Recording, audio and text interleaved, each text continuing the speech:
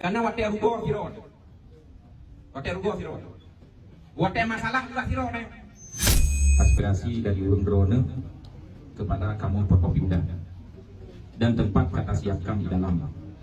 Karena terbatas tempat hanalet madum, maka talake perwakilan masyarakat untuk menyampaikan aspirasi terkait dengan pementang keluhan-keluhan atau kendala-kendala yang selama ini terjadi.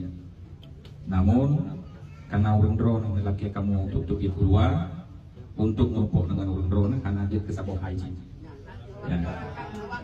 Dino, silakan Urung Drone disampaikan yang mewakili tapi baik panjang.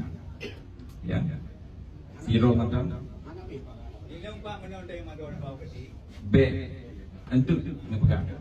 Ya, ben tanya. Kan, segala ngepegang. Nyo Urung Drone ngetuntut ukur ulang. Kan, kamu nyo hana mendeng dia hana mendeng. Kamu nyo mendeng tengah. Pemerintahnya hanjir cik di belok di remote lebih hati. Nyo yang harus dipahami.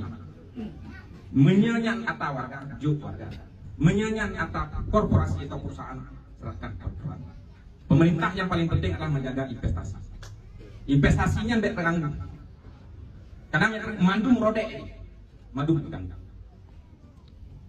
Dino secara elegan, secara bijak ingin terselesaikan. Dan Urung Drone terprovokasi dengan hal-hal haba-haba yang hanya mungkin. Yang itu, karena wate rugo firod. Wate masalah juga firod.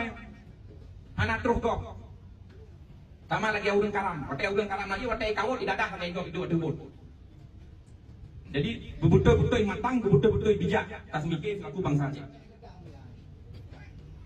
Nah. Jino kamu biwate sampai dengan tanggal 14 April di Huraya bagi Urung Drone ngesiapkan dokumen, ngesiapkan bukti-bukti dan fakta-fakta untuk melakukan proses pengukuran ulang sampai dengan 14 April. Dokumen, data, fakta yang dimiliki untuk status kepemilikan tanah silakan disampaikan nujuk Pak Dinas Perkebunan Aceh Timur, Pak Murdani, atau nujuk Pak Kasat Reskrim, ya, atau nujuk melalui camat, Pak kecamatan masing-masing.